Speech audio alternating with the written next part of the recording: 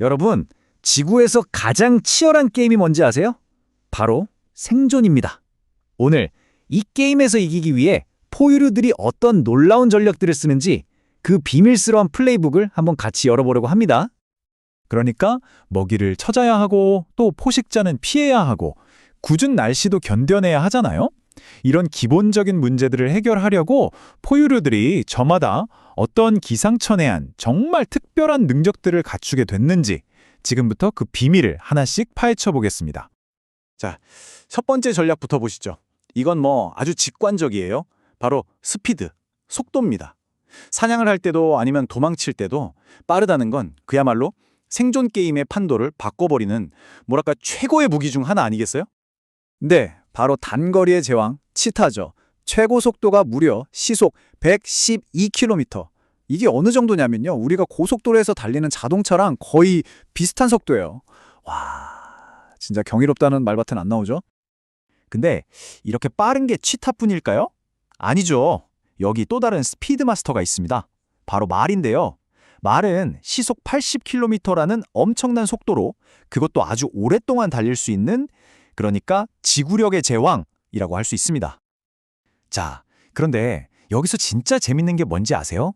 이 둘이 속도를 내는 방식이 완전히 180도 다르다는 거예요. 치타는 척추를 막 스프링처럼 구부렸다 폈다 하면서 폭발적인 힘을 내는 단거리 선수고요. 반면에 말은 척추를 뻣뻣하게 유지해서 에너지 낭비를 줄이는 그런 장거리 마라토너 같은 거죠. 치타의 그 엄청난 스피드의 비밀, 바로 이 3단계 메커니즘에 있습니다. 온몸을 진짜 거대한 용수철이라고 생각하시면 돼요. 이걸 최대로 움츠렸다가 빵! 하고 터트리면서 앞으로 나아가는 거죠. 이렇게 해서 한 번 뛸 때마다 무려 8m로 날아가는 거예요. 어마어마하죠? 물론 이렇게 빨리 달리는 것도 대단하지만요. 이게 유일한 방법은 아니에요. 때로는 힘으로 밀어붙이는 것보다 더 똑똑하게 움직이는 게 중요할 때도 있거든요. 자, 어떤 기발한 방법들이 있는지 한번 계속해서 보시죠. 여러분, 동물이 어떻게 걷는지 유심히 보신 적 있으세요? 사실 이 걷는 방식 자체가 하나의 생존 전략이에요. 예를 들어 말은 발끝으로만 걷잖아요.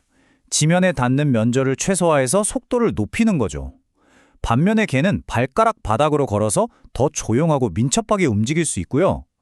그리고 우리 인간은 발바닥 전체를 땅에 딛죠. 안정감을 위해서요. 다 이유가 있는 겁니다. 이 친구는 날다람쥐인데요. 이름에 날다가 들어가지만 사실 나는 건 아니고요. 활공을 하는 거예요. 숲속에서 나무 사이로 옮겨 다닐 때 굳이 땅으로 내려왔다가 다시 올라갈 필요 없이 에너지를 거의 안 쓰고 미끄러지듯 이동하는 거죠. 와, 이거 정말 똑똑한 방법 아닌가요?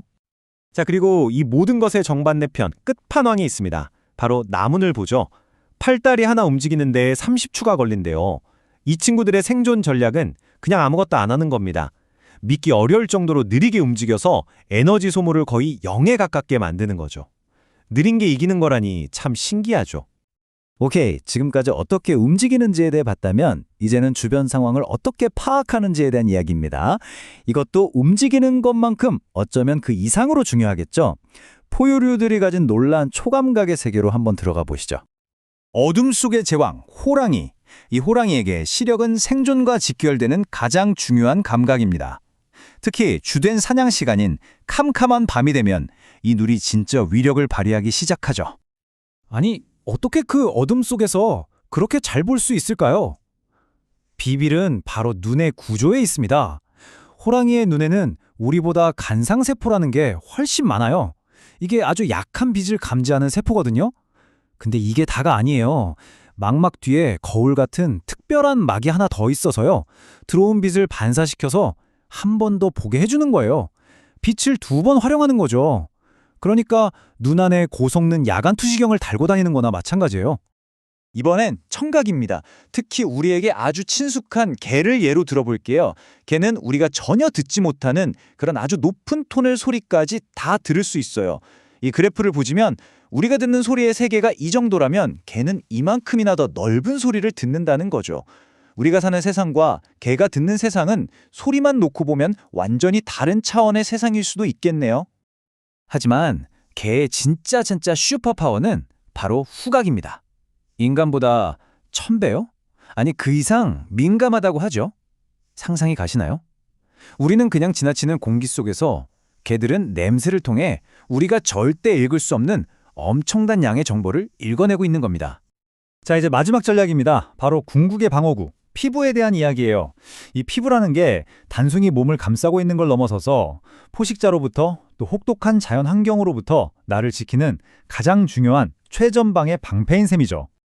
위장의 마술사 북극여우를 한번 보세요. 여름이 되면요.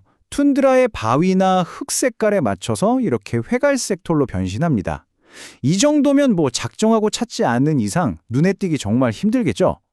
그러다가 겨울이 오고 온 세상이 눈으로 뒤덮이면 어떻게 될까요? 짜잔! 이렇게 눈처럼 새하얀 털로 옷을 갈아입습니다. 이건 뭐 말 그대로 자연과 하나가 되는 거죠.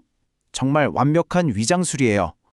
지금까지는 숨는 거였다면 이번에는 훨씬 더 적극적이고 좀 공격적인 방어입니다. 바로 호저인데요. 온몸에 나 있는 이 날카로운 가시가 무려 3만 개나 된대요.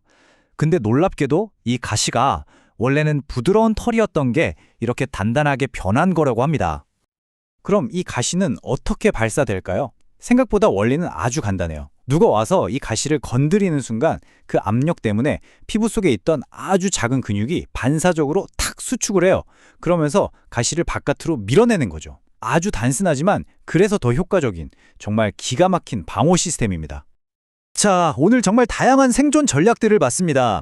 눈이 부시게 빠른 속도부터 일부러 극단적으로 느리게 움직이는 전략까지, 또 초인적인 감각부터 그 어떤 창도 뚫지 못할 것 같은 갑옷까지. 이걸 보면요, 생존 게임에는 정해진 하나의 정답이 없는 것 같아요.